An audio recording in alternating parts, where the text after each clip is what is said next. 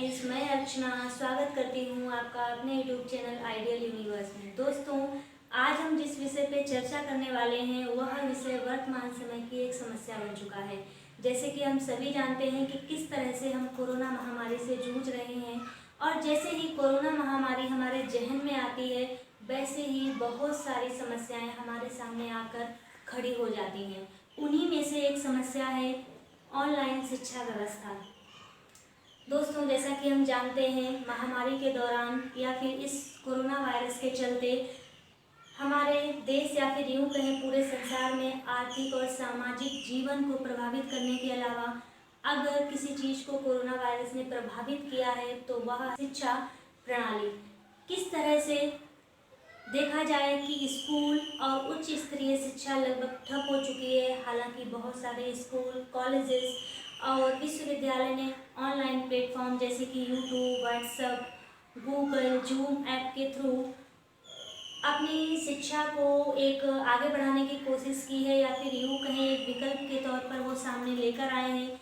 लेकिन क्या यह शिक्षा सभी तक पहुंच पा रही है? इसके ऊपर एक बड़ा सवाल खड़ा हो जाता है, क्योंकि हिमाचल एक ऐसा भौगोलिक विभिन्नता वाला प्रदेश है जिसकी ऊंचाई वाले व दुर्गम स्थानों पर कॉल करने तक के लिए सिग्नल नहीं आते हैं। ऐसे में इंटरनेट स्पीड के लिए सिग्नल का होना हमारे लिए एक सपने के बराबर हो जाता है। साथ में ही अगर बात करें, जैसा कि हम जानते हैं कि भारत में गरीबों की का जो प्रतिशत है वो अधिक है, और ऐसे गरीबी वाले देश में क्या आप लोगों को ऐसा लगता है कि सभी के पास एंड्रॉयड स्मार्टफोन या फिर आईफोन उपलब्ध होंगे? अगर ये सवाल आप अपने आप से पूछेंगे तो शायद जवाब आए कि नहीं। ऐसे बहुत सारे भारत में ऐसी फैमिलीज हैं जिनके पास अभी तक एंड्रॉयड फ़ोन नहीं है, और अगर है तो एक फैमिली में एक ही फ़ोन है जिसमें पढ़ने वाले बच्चों की संख्या 2 है, और उसके पेरेंट्स या फिर यूँ कहें गार्डियन को भी उसी फ़ोन का यूज करना होता है। तो ऐसे में क्या यह संभव है कि उन बच्चों तक हमारी ऑनलाइन शिक्षा व्यवस्था के द्वारा जो एजुकेशन प्रोवाइड की जा रही है वो पहुँच पा रही है, या फिर वो उस कहें कि उन विद्यार्थियों तक यह शिक्षा सुलभ हो पा रही है? तो शायद ऐसा संभव नहीं है। कोरोना के साथ अगर शिक्षा की बात करें तो शिक्षा क्षेत्र कोरोना से बहुत अधिक प्रभावित हुआ है, और अगर हम देखते हैं कि आने वाले समय में शिक्षा विभाग के लिए यह बहुत बड़ी एक चुनौती होगी इस नुकसान से उबरने के लिए। कोरोना महामारी के चलते देश में लॉकडाउन होने से पूर्व ही देश प्रदेश में जो सबसे पहले संस्था बंद की गई थी वो शिक्षण संस्थान ही थे, और अगर देखा जाए सुरक्षा के रूप में तो ये सबसे सराहनीय कदम था, क्योंकि हम सभी जानते हैं कि शिक्षण संस्थाओं में भीड़ सबसे अधिक होती है, या फिर यूँ कहें जो विद्यार्थियों की संख्या है वो इतनी अधिक होती है कि अगर कोई एक व्यक्ति भी संक्रमित हो जाता तो यह पूरे संस्थान के लिए एक बड़ा संकट साबित हो सकता था। डिजिटल शिक्षा प्रणाली को आज पूरे भारत या फिर यूँ कहें पूरे वर्ल्ड में अपनाया जा रहा है।